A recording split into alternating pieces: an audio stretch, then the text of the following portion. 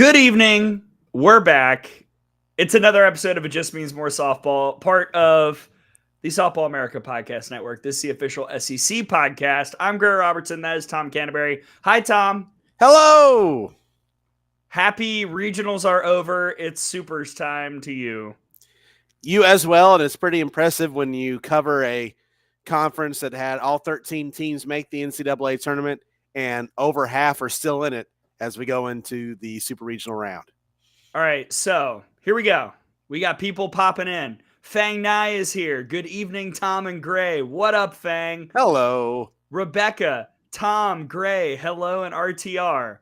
RTR to you. Hi, Rebecca. Look, this is going to be a different kind of show. We do not have a guest tonight. It's off days for everybody. Regionals just wrapped up. I wasn't going to push the envelope. We'll bring people on moving forward. But tonight's going to be just looking back at the regionals, looking at some of the supers, and a lot of you. So please hit us up in the chat. YouTube, get in the chat. We'll answer any questions that you might have. If you just want to say hello, like Fang or Rebecca or Annie, who just popped up, we will flash her comment in just a bit. Then please do so.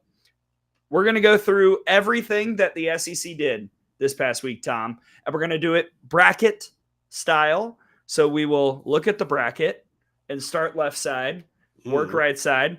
If you're looking for any thoughts on Norman or Austin or any regional that didn't have an SEC team, then look elsewhere, because we're talking about what happened to the SEC schools. The current makeup of the SEC, not counting those two schools that are coming in next year. Then we will have truly like every regional covered except for the one. Right. But if you did count those other two schools, Alabama, the SEC actually has 9 of the 16. Possibly a preview of what's to come. Yeah. Get used to that. All right. We will begin with a video because I forgot to do that. It's time for quick hits.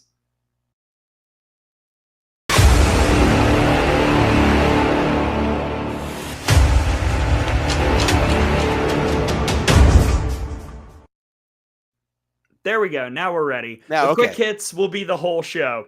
So Texas A&M is our first SEC team. The 16 overall seed kind of cruised in the College Station Regional. They beat Albany 6-2. They were down 2-0 and then put up a 5 spot. They beat Texas State 1-0. Great pitchers battle between Mullins and Kennedy. Mullins quite clearly out of gas. A&M was ready for, and the Aggies won on Sunday 8-0 and 5. But for Texas A&M, this was kind of the regional I wanted to see from them. They were fairly effective. Emily Kennedy looked really good, and I'm excited to see what they do this weekend against Texas. Yeah, I mean, they gave themselves their best chance to go against Texas with that type of performance here this past weekend in College Station. Like you mentioned, had the pitchers duel in the first game with Mullins and Texas State, but by the time that second game comes around, that's why it's so tough a lot of times for these mid-major teams that rely on that one strong arm to win multiple games in a regional, because eventually if they play the same team again, they're either going to run out of gas or the other team is going to get a beat on them. And that's what A&M was able to do against her and Texas State. But a really good performance by Texas A&M, and I think gave the Aggies faithful in College Station some hope for next weekend going against the number 1 team in the nation. Yeah, I'm excited to see that matchup. Our buddies Kevin and Amanda will be there. Amanda is like so hyped to watch this. I know Kevin, who apparently is like a rock star now. I don't know if the world has seen the video from the Baltimore Orioles official Twitter page, but the new lead singer of Blink 182, Kevin Brown. Yeah, big fan. Kevin Brown, what a guy. Yeah, what a guy. Oh, man. So if anyone has any questions again about College Station, please put them in the chat. It was an interesting regional to watch. And, you know, I know SEC Pod, I did want to shout out Penn State and really all the teams who were either making it in the tournament for the first time or were back for the first time after a long break from being in the field. Penn State was another one of those who I thought played well this weekend. And, you know, I would have loved to have seen a matchup between Bridget Nemeth and the Nittany Lions against the Aggies, but Texas State refused to let that happen. Yeah. I mean, and we saw there were several of those type of teams that had good weekends like that, but kind of end up missing the the big matchup because there was another good team that was doing that type of thing. So, but yeah, shout out to Penn State. They did a great job. Moving on to Baton Rouge, the 9 seed, LSU. Beat Jackson State 5-0. All right. Beat Southern Illinois 4-1. Good.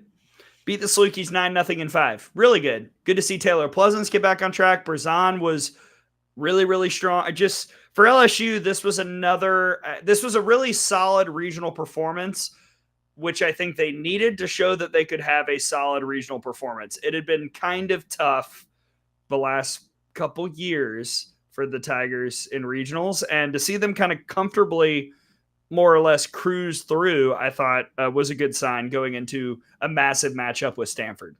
Yeah, they cruised through this regional. They ended up not having to play California because Southern Illinois kept beating them. But that's not LSU's fault. That's Cal's fault. But Southern Illinois, was able to beat Cal, but didn't really have a whole lot for LSU. And LSU, to their credit, just took care of business. Rebecca makes a good point. So glad LSU came out like they should have. They need this. Beth needed this. I agree. Coach Torina, this is an important postseason, I think, for that program, just because it's been so long since they've been to the World Series. I think 2017, last time I believe that they made it to OKC. And just to see them not really have any major bumps in the road in the regional round. Now, Supers is going to be really hard. Nyjah is Nyjah, and there's a reason she's a top 3 National Player of the Year finalist. But it was just good to see LSU kind of play well. And even though the committee docked LSU for a quote-unquote bad finish down the stretch, they were playing somewhat well in the SEC tournament. They won 2 games there. They beat Tennessee. And to see that continue in regionals, Tiger fans have to be thrilled too. Yeah, I think if you're LSU, you feel pretty good going to Stanford, because the thing is, what we've seen with Stanford is the non-Kennedy games have gotten weird. It got weird this past weekend in their regional. So if you can get to that third game, and I mean, that would probably assume that Kennedy won one of the games and whoever didn't pitch, lost the game. And then you have a second chance at her with that lineup. I think LSU has a really good chance going out there. Ooh. I'm going to make you do a Supers lock later. I'm going to take a wild guess that LSU Stanford will not be one of your. Probably won't. No, will not be a lock. Yeah. But we'll pick it on the Out of the Box podcast. Tune in there. Yes. So speaking of Stanford, there was an SEC team out there, and that was Mississippi State, who just picked a horrible time to not score runs. Yeah. 2 runs all weekend, a 1-0 win over Fullerton, and then a 2-1 loss to Stanford, and then a 7-0 loss against Fullerton. Mississippi State kind of looked tired, honestly, in that last Fullerton game. And, man, just a frankly kind of disappointing ending. I mean, it was always going to be hard for them to even come out of that regional, let alone make it to the regional final, just because Fullerton's a very scrappy, very good team. But a disappointing ending to what's been really overall a great year for Mississippi State, totally exceeding expectations. They kind of made a statement, had one of the more consistent offenses in the conference right up until the very end. I think that this was a nice adjustment back on the right track for Samantha Ricketts and company this year, and nothing to hang their heads about, even though, the offense struggled a bit this weekend.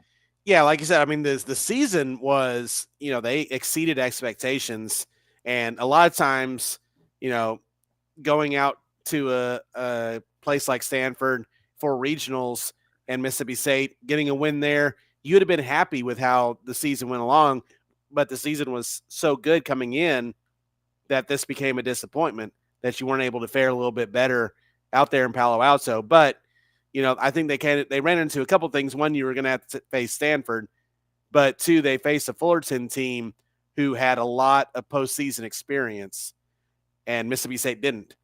So it was probably a combination of you ran into a team that knew what they were doing, and you were struggling, and you're probably pressing a little bit because you were trying to get back to where you were in postseason. That's a tough place to be.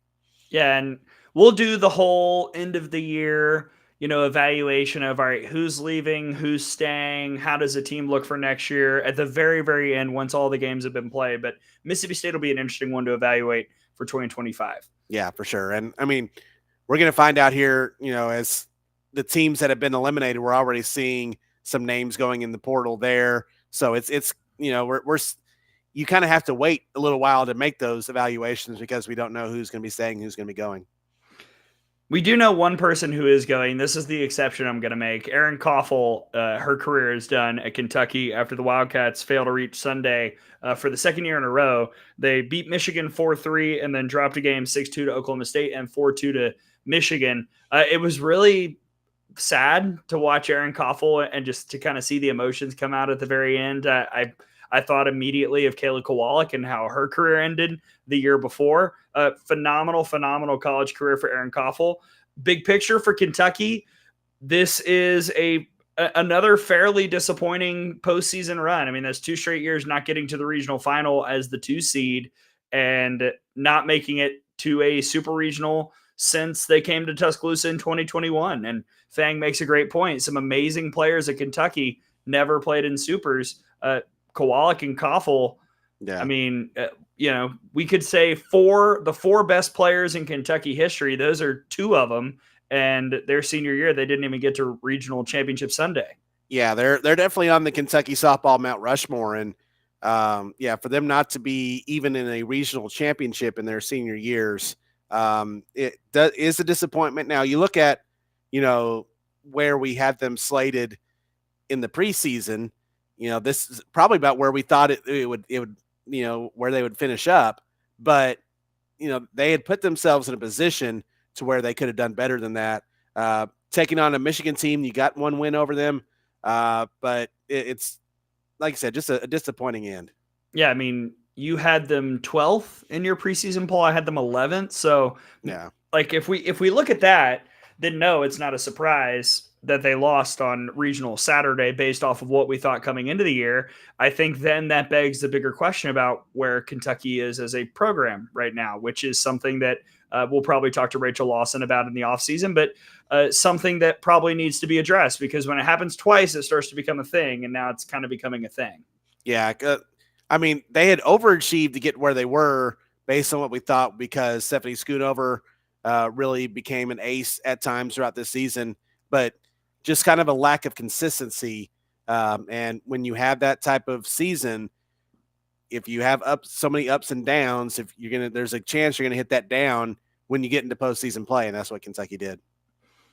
Lauren in the comments, that's sad to hear. Erin Koffel, what a career. And I do think, I mean, man, just one of the best hitters that the SEC has had in recent memory from start to finish in her career. And someone, I haven't looked up the career walk numbers, but I'm sure that she challenged those. Right. Oh, yeah, for sure. I mean, people were just like, no, take first base.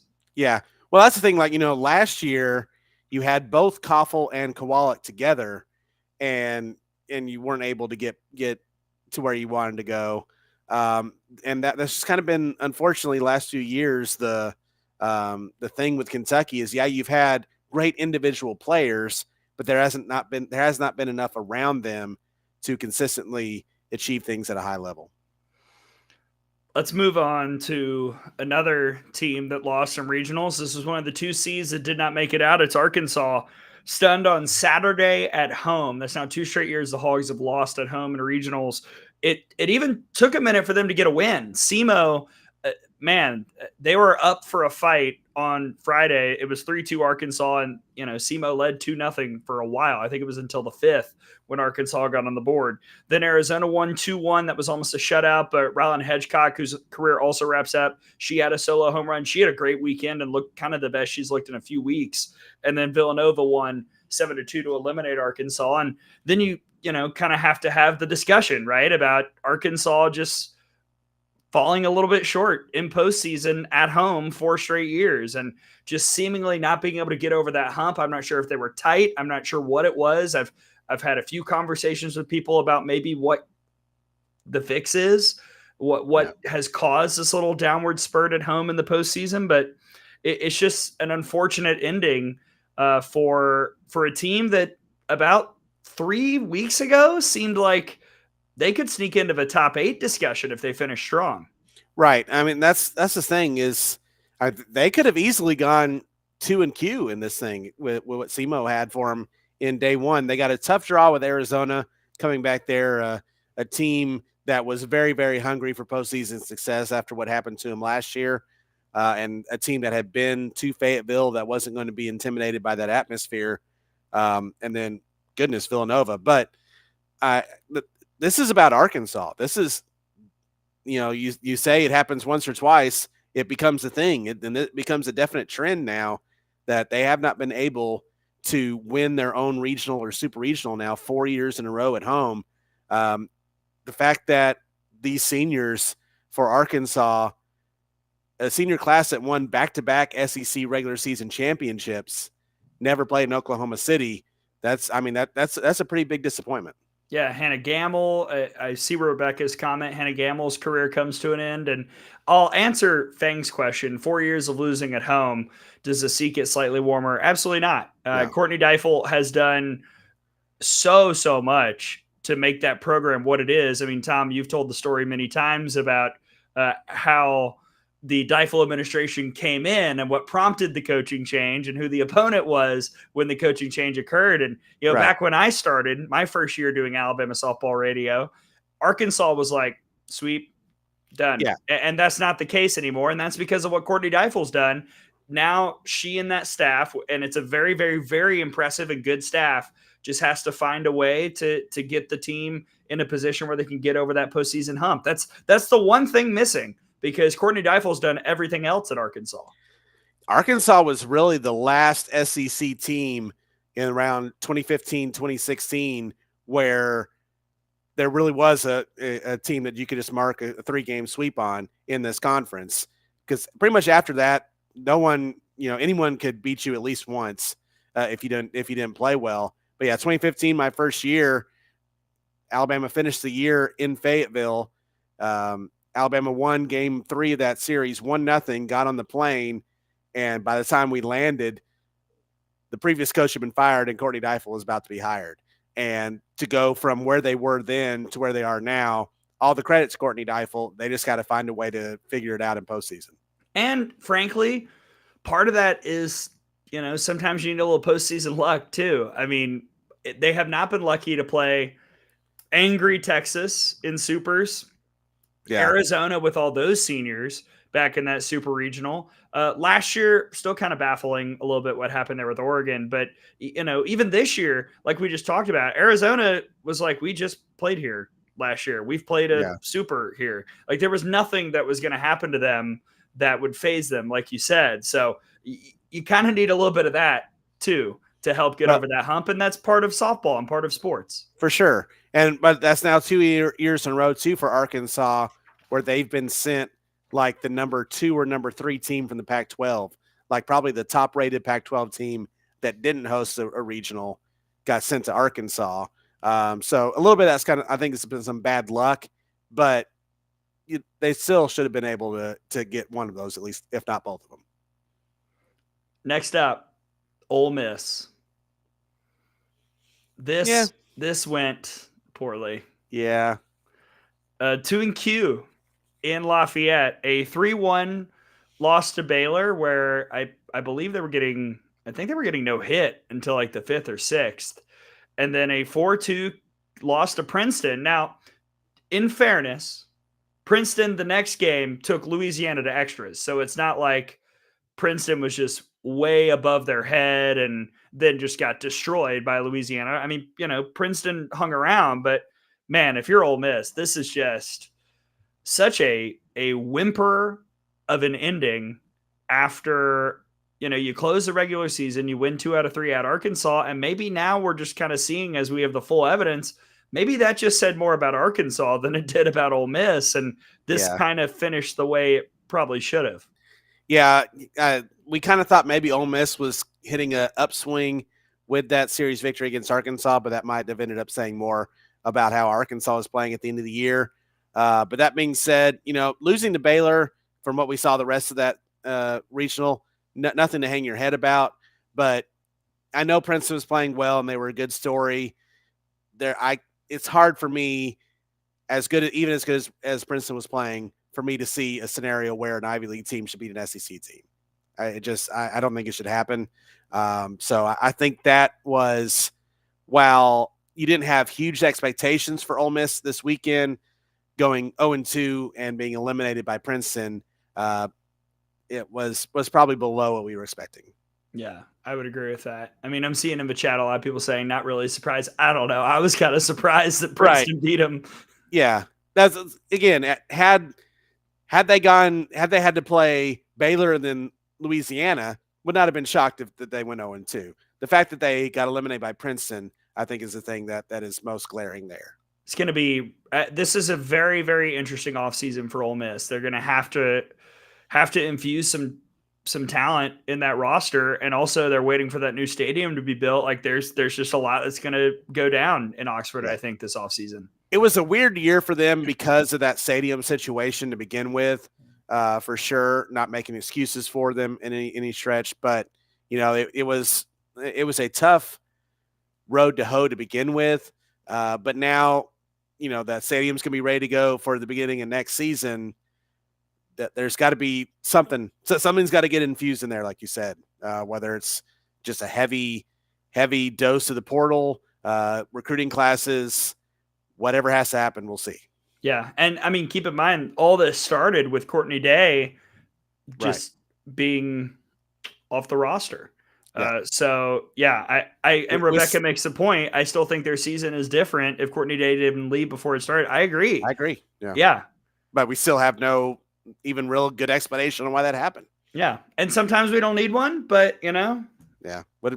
I would like to have one. Right. Yeah. It's not like, I demand to know what happened, but, maybe let us in. Can only help. All right. Yeah. Florida. You want to talk about somebody who did not go 2-Q? No. The Florida dadgum Gators. 3-0. Maybe the only thing that beat Florida was like lightning for like 2 hours. That was about it. 6-0 over FGCU. The Eagles held them down for a bit. But then Florida exploded late. 9-1, 9-1. 2 9-1 run rules over South Alabama. And Olivia Lackey. I mean, toasting Lackey, specifically on Saturday, specifically after the Lightning delay. It was like that kind of supercharged everything. So maybe they didn't get beat by the Lightning. I don't know.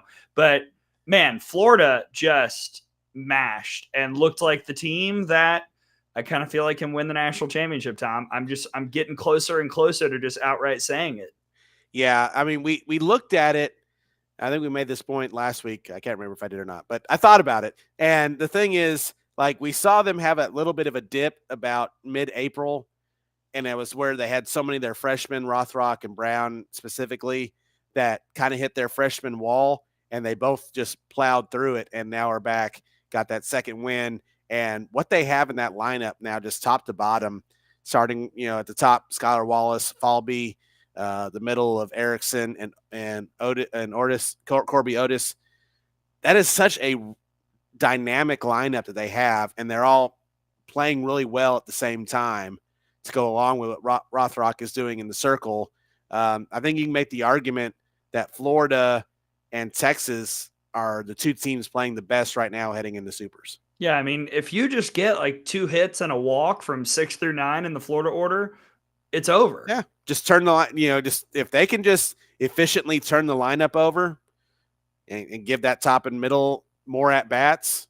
I mean, it's a scary offense. Yeah, Rothrock pitching. I mean, man, this was not a walk-through regional. South Alabama is good. Yeah, and Florida just dispatched them with ease. Yeah, and that says a lot to me. Anything else before we look at the right side of the bracket? I think I'm good. All right. Anything else in the comments? People are still talking about the Ole Miss thing. We've kind of moved on. Rebecca says Florida looks like 2015, 2016 Florida again. It's great and scary. I think that's accurate. It is very scary. And I kind of think Tim Walton should have been SEC Coach of the Year this year. I mean, I think he would have gotten my vote. I mean, we're about to talk about Tennessee, but I didn't have Florida as the hottest team going into Supers. No, I didn't either. David Franklin, the Noles put up 25 runs on the Gators. That is accurate. That happened. That did happen, and they went 1-1 in those games. Yes, we're talking about the Florida offense, right? And that was kind of the end of that dip that I was talking about. Since then, it has been all gas, no brakes. Let's see. I'm seeing, okay, Fang. Oh, yeah. Good point. Fang night, Florida versus Oklahoma State. As we look way ahead, that would be the World Series matchup. Yeah. Mm-hmm. In. We've also seen Lexi pitch against Florida and threw a great game in Gainesville a few years ago. So Absolutely. fun times. Tennessee, as we look at the right side, Tennessee just shut out everybody. Their closest game this weekend was Dayton to start it off. Again, 4-1 matchups. They were all kind of kooky. Yeah. But Tennessee beat the Flyers 3-0 and then just mashed Virginia twice, 18-0, one being a 12-0 run rule. Pickens got y'all excellent. Their offense kind of did what Tennessee does. Like, it's a different person each and every game. I've already cranked out their regional stats, so I'll look those up as you say a word about Tennessee, Tom. But they're so offensively consistent top to bottom. Riley West had 9 RBIs this weekend. Sophia Nugent had 4 RBIs. Kiki Malloy walked 6 times. It was just a really, really impressive weekend for the Lady Ball Bats. Yeah, and that's what we talked about with Tennessee all year long, is that you have to have Kiki Malloy, who's probably still the most talented and scariest hitter for Tennessee, if not in the entire conference or country. But it's somebody different every game that's going to come through and do something big for them. And then, like Alabama, they're undefeated so they continue to do that here this weekend. The best 1-2 punch in the country is Gottschall and Pickens. And we were kind of holding out hope Virginia might have something for them, just selfishly, so we could stay home this weekend. But, a really scrappy Virginia team just couldn't hang in Knoxville. Yeah, and I'm seeing questions about Miami in the chat. We'll discuss on the Out of the Box podcast. Pretty hard flame out by the Red Hawks is all I'll say. Rocket asks, do you think Carlin Pickens is leading candidate for National Pitcher of the Year? No, because Kennedy and Lexi Kilfoyle are probably going to be those people. But Carlin Pickens had an excellent year. And I say that just because Kennedy and Lexi have been so good that they're probably the front runners for that. I believe it's an NFCA award, National Pitcher of the Year, and then USA does National Player. Yeah. I mean, and it might have been a little bit because Gottschall and Pickens split some of the time so that, one of them doesn't put up the huge numbers that we saw from the Kennedys and the Kilfoyles. But, not to take anything away from either one of them. They're both, like I said, I think this is the best 1-2 punch in the entire country. All right. Next up is Tuscaloosa. Alabama will head to Knoxville this weekend after we watched the Tide run through the Tuscaloosa Regional 1-0 over Upstate, 6-3 over Southeastern in 9 innings. And by the way, Southeastern and SLU, call them that. There you go. And then 12-2 on Sunday in 5 innings. Obviously, Sunday, a big-time breakthrough, something that we talked about a lot on the air. And again, the Out of the Box podcast will go a lot deeper. But I felt like it was just a big-time confidence weekend for Alabama, because now there's a little bit more proof of concept, and you're going to need as much confidence as possible going into a road super regional against the best 1-2 punch pitching-wise in America. Agreed. I mean, if Alabama against either Pickens or Gottschall is able to send the first 8 batters to the plate and they all score, I don't know what I'll be able to do to myself. But are we allowed to pop champagne on the air? Because if that happens, then if you thought my voice cracked when Riley Valentine hit a home run, my goodness, what will happen if that happens? But I just thought it was great to see what Alabama was able to finally put together there on Sunday, and really all weekend. They played well in all 3 phases all weekend against 2 really scrappy teams, and Southeastern, who would have given a lot of national seeds trouble, whatever regional they went to. Knocked out Clemson, beating them twice. To be able to do that against that caliber team was really good to see. And for Alabama just to execute the game plan to such efficiency in all 3 phases, well, I was really happy to see it. David asks, what happened to Clemson? Again, check on the Out of the Box podcast, but that is a good question, though. I too sometimes wonder. I mean, I think I know, but I don't know if I can say it on here. So we will just move right on. Go ahead. I was just the only thing because I have no idea. I'm not privy to any information other than what I saw on the field, and it was just a team that had a lot of talent and a lot of returning talent, but for some reason this year it just never gelled for them, and it was really baffling to see. And we talked about it as well. It's odd that we're looking at Clemson and Duke, two teams that pretty much started their programs at the same time. And I think all of us would have said a couple of years ago with Valerie Cagle and everything else that Clemson had going on, that Clemson was definitely going to be the first of those two to make the Women's College World Series. And now, I think a lot of us are going to pick Duke to make it there this year. It's just, it was a very disappointing finish, I'm sure, for all the Clemson Tiger fans. Let's move right along. Let's get to the Sunday miracle. Man, the Georgia Bulldogs, the Ooh. Magic or the Majak. At the Jack. I don't know.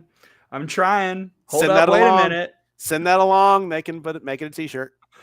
They run rule UNCW, then they lose to Liberty 7-3. Into the losers bracket. They beat Charlotte 5-0. Charlotte kind of not the tournament that you wanted from the Niners. Tough weekend, especially considering that I picked them to win the regional. Yeah. And then they have to beat Liberty twice, crush them game 1. And then Elena Escobar is mowing them down. If not for an error on a probable fly out where the runner just goes to third, right, Georgia would be off the scoreboard until the 7th inning. And then with 2 outs and a runner on second, RBI single. And I can't remember how it was ruled, but Sidney Chamblee, it would have been extra bases in a regular situation. It was just, and they did it all on the first pitch. It was Dallas Goodnight and Sidney Chamblee. And man, Georgia, they just keep finding ways to win games late. It's really, really impressive. Even going back to what they did in the SEC tournament, if you remember that, we were driving home from Auburn after Alabama's day was done on Wednesday, and we were listening to that game, and, it goes in extra innings, late game, and Auburn takes the lead, and it's a 3-run lead, and Georgia tied it in 4 pitches to start out that next inning. And then what we just saw, Liberty within 90 seconds went from we're 1 pitch away from winning this regional to Georgia's walking it off. It was just the quickest turnaround that you could see. But I mean, Georgia just finds a way, man. And the fact that they get to go to UCLA for super regionals, that is going to be quite a fight.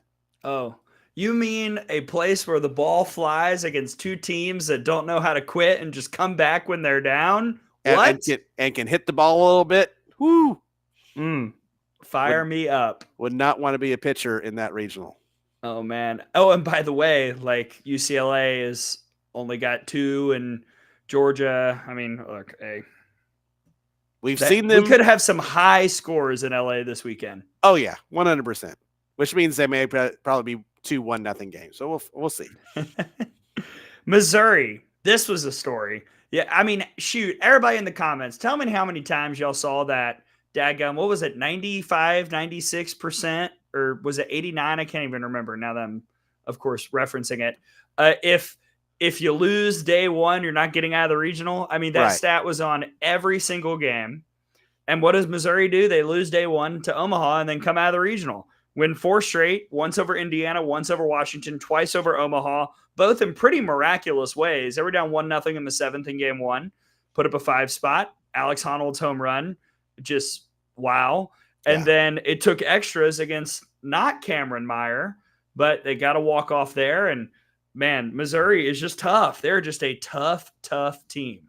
Yeah, I mean, the fact that they had to end up playing all 3 teams of that regional, and it was a tough regional. You had Indiana and Washington along with Omaha there, and were playing with their backs against the wall from day 1 after Omaha upset them. Really impressive, and impressive to beat teams the caliber of Indiana and Washington just to get to a chance to try to beat Omaha twice, a team that was playing as well as they absolutely possibly could, especially in the circle, and to find a way again to get that 7-inning comeback, and then in 9 innings just scratch a run across.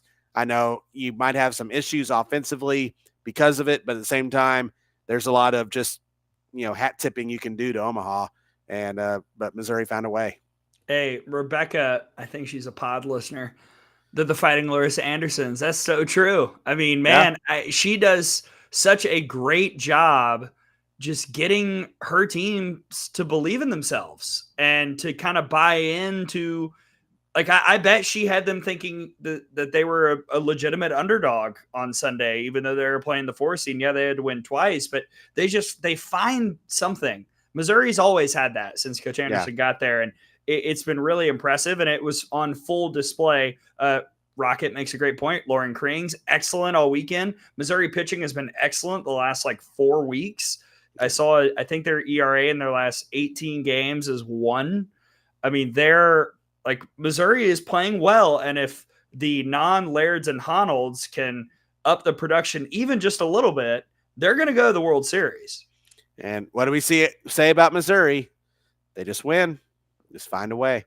They just win. I should have. I got that one wrong. All right, let's go to – we only have 2 teams left. We've almost covered everybody. South Carolina, down by Duke. I'm not going to lie, Tom. This kind of went like I thought it would. Beat Utah twice, lost to Duke twice. Yeah, I mean, they were in it against Duke. I know the final score in that last game is pretty lopsided, but that was a close game, and then Duke exploded at the end. But, yeah, I mean, I think if you're South Carolina, there are definitely some positives you can take away from how this season went. I know you probably had a little bit higher expectations. I had higher expectations with some of the transfers that they brought in, especially Vaughter.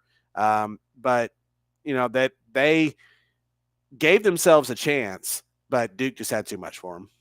Yeah, it's interesting. I think in the grand scheme of South Carolina, I would say good year. Yeah.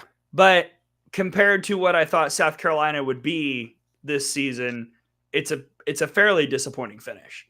Yeah.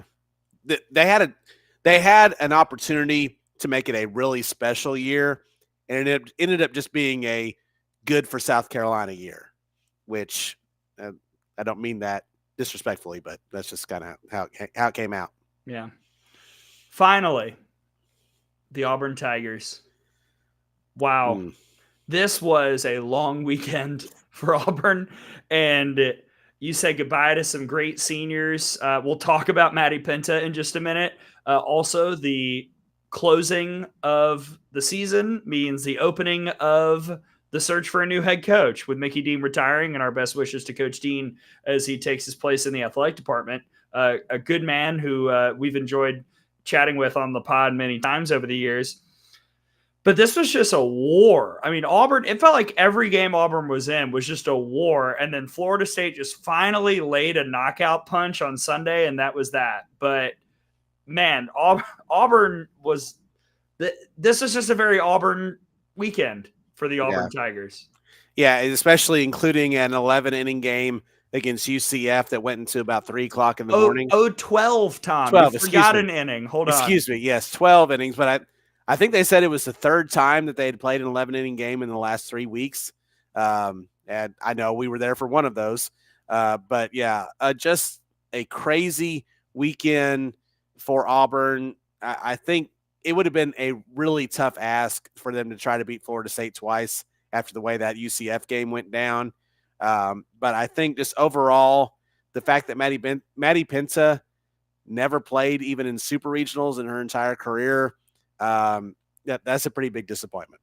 Yeah. And I will say this, though, man, that performance to kind of close it out after last year, remember, in regionals, in the Clemson regional, she had the great performance on Sunday and then kind of flamed out and kind of had her Sunday was weird. Rebecca just made a comment about Maddie Pinta getting a little bit squeezed in the Florida State game. There were some borderline pitches that were not called strikes in that game. But if you look at legitimately the last full-on performance of her career, for it to be a 12-inning complete game with over 230 pitches and 21 strikeouts, that's That's like right on brand, I feel like, for Matty Pinta, and Yeah. a heck of a way to go out. I think it's very on brand for Matty Pinta, and part of that brand for Pinta at Auburn translated into really epic, great performances by her, but it did not translate into overall success for the team. So just kind of the way it ended up being. And now we wait to see who the Tigers are going to call. Yeah, it's the start of what I think could be a very interesting coaching carousel this year in all of college softball, and we'll see how much it affects the SEC. Yeah, there are some coaches who've been mentioned for this that are still playing this weekend. There are some who are not, which people are going to be like, well, those are the two options. Those are the two options. Yes, but we'll see. Maybe I remember. I'm old enough to remember back in 2022 when I was sitting at the World Series and we found out that A&M had hired Trisha Ford. As we were sitting in the press box, me and Tara Henry just sitting there watching the story break. So, Auburn's got time, and we'll see what Coach Cohen decides to do and what route he decides to go, because the Clint Myers years, as horrible as they ended, they showed the success that Auburn is capable of on the field. Right. And this is a prime job in the premier conference right now in college softball. Any SEC job is a good job, especially what's the SEC that it's about to be next year. You have an opportunity to play in the absolute premier conference. It's going to be interesting to see how quickly Auburn moves along with it. The fact that he's going to still be there, he's still he has another administrative job. How much input will he have in the hiring of the new coach? Will they say more in-house? Will they do a huge national search? What their plans will be? Because, as I mentioned, now you're looking at if you're out of the NCAA tournament, the portal's open. So teams, players are out there, and the turnaround can be really slow or can be fast if it's slow. If they do wait until after the World Series to make that call, that they may be sacrificing a chance to get a few portal people, which may be worth it. But to make the right call, I don't think you hurry to make a coaching change or to bring in a new coach just to get one person or two people that are in the portal this year. But know that if you take your time, the window closes on getting some of these people that are out there.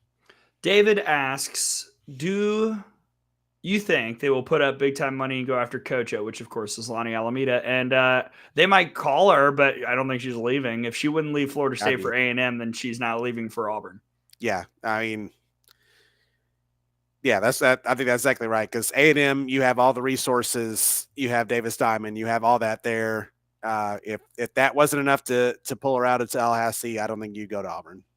All right, I don't know if you could throw an amount of money at Lonnie Alameda now and get her to leave Florida State, no matter the job.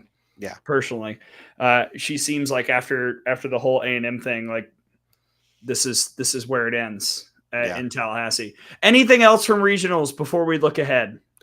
Just I mean, they ended up being relatively chalky, but there was some great softball and some really good, a lot of drama and some good storylines in and around not just SEC schools, but in all 16. There was a fun storyline to be had somewhere in each regional, and I think we're going to see even more of that here in Supers. And let's get to Supers right now.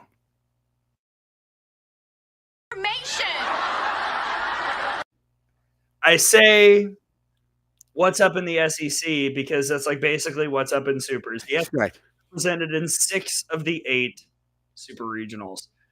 Georgia at UCLA, Baylor at Florida, Duke at Missouri, Texas A&M at Texas, LSU at Stanford, Alabama at Tennessee. I know Tara will be at Georgia, UCLA. We obviously, for work purposes, will be in Knoxville when the Tide takes on the Lady Vols. I'm just like over the moon, ready to watch Texas A&M and Texas. Let's go. As a half Aggie by blood, I have emotional investment in this as well. And I know my grandparents do too. Gigi and Papa, I know you're not watching because you probably don't know how to turn it on the TV, but gig them for y'all. And LSU at Stanford, Hey, the LSU offense, we just talked about it. They showed us some things this weekend. Can they take advantage of the non-Nija game? If she doesn't, if there is one, she might just throw every pitch It's in possible. the super. And can Berzon hold down the Stanford offense? I kind of think she can. I don't know. This is just a really interesting slate, and I kind of think the SEC should feel good about winning it. Am I a jerk to say at least 3 of these?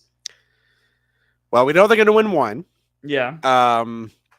No, I definitely see 3 to 4 that I think the SEC, I think half the field of the World Series will be SEC. Okay. Yeah. All right. Well, here we go. It's lock time. Mm. What's your Supers lock, Tom? Well, I know they played well this past weekend in Lafayette, but man, Florida has really been playing well for multiple weeks against a Baylor, and they get to host one of the few unseeded teams to make it out of regionals. So I think at home, I think Florida is going to be able to sweep Baylor. That's my lock. Florida 2-0. Yep.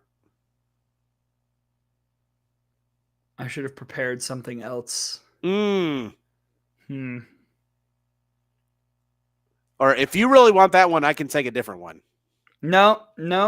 All right. I'm going to be me. I'm going to go Duke 2-1 over Missouri. Oh. Is it rude of me on our SEC pod to pick against an SEC team? A little bit, but I mean, I understand it. Is it sacrilegious for me to have done what I just did? Little bit. But, I think you can make the argument that this should have been flipped. This should be in Durham instead of Como. But I think I do think Duke's playing better than Missouri right now. And I would pick them to win this regional. It would not be my lock. If my other lock would have been Texas over Texas A&M, which would be probably equally as sacrilegious. 2-0? Yeah, probably. Yeah. I hope they all go 3. Yes. Except one, but only in one certain scenario. I was about to say. But I hope everyone goes to, because last year we only had 2 super regionals on Sunday. Right. I know and Alabama was in one of them. We were calling the final super regional. The very last one, yes. Yeah, and I would love for as much drama and as much softball to be seen as possible. I'm with you. And I mean, I think, the fact that we're getting Georgia UCLA as one of the Thursday, Friday, Saturdays, I think that's a great call by ESPN to make that one of the marquee matchups. I think the other one is the Florida State, Oklahoma, right? Yep. I mean, that Georgia UCLA has the best chance, I think, to just go off the rails. And I'm so in. Yeah. Fire me up. All right. Any other questions? Last chance. Rocket asks, do you think Georgia will go Kerpix as the ace for supers? No, I don't. Because UCLA, although I got to say, I haven't looked to see if that's been the case this year, but I know in the past they've struggled with lefty pitchers. And that tells me Backus is going to probably, and she's been the most effective pitcher this year. So it's got to be Backus for Georgia. Fang, I think Bama, Tennessee, and LSU Stanford go 3. Is that it? I need more than that. Come on. Well, I think you're taking a look at Alabama and Tennessee real quick. Alabama a few weeks ago when they hosted Tennessee, they were able to get one against the Lady Vols. They won a 1-0 game on Sunday, and that was probably at about the depths of the offensive issues that Alabama's had. So Alabama was able to get a win over Tennessee despite not playing well offensively. If Alabama's able to bring over some of what they were able to do this past weekend, and this was the first time this past weekend we've seen Alabama play really well multiple games in a row in a long time. If they're able to bring that over to Knoxville, it could be a very interesting weekend. We'll see. David asks. It might make it go 3. We'll see. out of all the freshman pitchers, which one shines? I think Rothrock probably is an easy answer there. Yeah. And it'll be interesting to see, too, not a freshman, but at Missouri, if Krings can duplicate her performance that she had this past weekend in super regionals against Duke, because she might have to for Missouri to have a good chance. The other interesting thing to note about Tennessee as well, because I was doing I when I make the board, I do career and regionals, whatever. Not a lot of career and supers moments for Tennessee pitching. Gottschall pitched in game 2 last year against Texas. Pickens did not throw in the super regional a year ago, so I'll be curious to see how she handles that pressure. She has thrown at the World Series, but trying to get your team to the World Series is a little bit different than pitching in the World Series. They're just different types of pressure. Yeah. And we'll see how everybody handles that, because the exact same is true for Caleb Beaver and Jocelyn Brisky. So you've got a really good pitching staffs on both sides who are kind of doing something they've never had to do before, which adds another level of intrigue. You seemed a little bit you had the eyebrows raised a little bit when I said that my other yes, like that. That my other lock might have been Texas getting the sweep over Texas A&M. What does A&M have to do to try to pull that upset in Austin where there's no parking? Find somewhere to park. Right, that's the first thing. Get off the bus. Get some Micklethwaite barbecue before the game. Say hi to Live Bevo if he's there. Of course. And then do you see that comment? Wow, Andrew. Well, you just got all caps. It's true. Mystic Dan also didn't come through from running the Preakness this past weekend either. Yeah. But what does A&M have to do? Emily Kennedy has to be special. Like, A&M does not win a game there if Emily Kennedy is not special. She can be, but she's just got to be special. Every pitch has to be working. She's got to be in command of her zone. She's got to be able to mix a little bit too. She's just got to do something to keep these hitters off balance, because right now the Texas offense is at another level. I'll flash the comment from Andrew. Tom said on OOTB, which is out of the box for all you cool kids out there, that Schoonover could have the best performance in Stillwater. Mystic Dan will not have such slander. He did say she could. She did not. She did not. She could. Yeah. I could. Who's to say? Yeah, I mean, and for Kentucky to have won that regional, she would have had to have. And, it didn't happen. But I thought she has, and I still think she has the capability to be at that high level. She just hasn't been able to reach that consistently in her tenure in Lexington. But, and they're also facing an Oklahoma State team that was playing at a really, really high level. Rocket asks, do you think Emily Kennedy would have to pitch all games for A&M to have a chance? I think the more important thing for A&M is winning game 1. If they lose game 1, I don't know. I think the chance of winning that series goes to under 5%. Yeah. This has been fun. Any other thoughts, Tom, before I wrap us up? Which one, if you had to pick one of these 6 to go 3 and you got to sit there and watch that third game, which one would it be? Georgia, UCLA. I would say either that one or LSU, Stanford. I could also make an argument. I mean, it's not a part of ours, but Oklahoma, Florida State. Yes, we see all of you out there. This is an SEC pod. Check out Good Morning Softball America for a more thorough Supers discussion. But yeah, sure. Florida State, Oklahoma. Fun too. Yeah. Well, we would talk about that next year when Oklahoma joins the SEC, but not yet. We're kind of enjoying the last few episodes of not that. Be patient, everyone. You will all be brought in to this conference, and we can't wait. Thank you to everybody for joining us in the chat. I'm sorry. I interrupted your shrug head tilt. Whoops. My apologies. Yes. All right. Ooh, interesting. The comments are just coming fast and furious. Thank you to everybody who's commented. This has been a lot of fun. And thank you to everybody who's joined us here tonight for It Just Means More Softball. Next week, we will be back to preview the World Series. It'd be interesting to see where we do that show from. Who's to say? Okay. Yeah, no, Brandon. Brandon, No. Gray, and Tom are basically OU fans already, so I'm told. Who told you that? Because that's not what they tell us. Did Chris Blank say something? I go on Plank's show one time. He tweets about us one time. Right. And now everyone's confused about where we stand. I'm confused about where we stand with OU fans. It's a whole thing. Right. For my partner, Tom Canterbury, I'm Gray Robertson. Thank you for joining us on It Just Means More Softball. This has been a blast. Enjoy Super Regionals. We'll see you next week ahead of the Women's College World Series. See you then.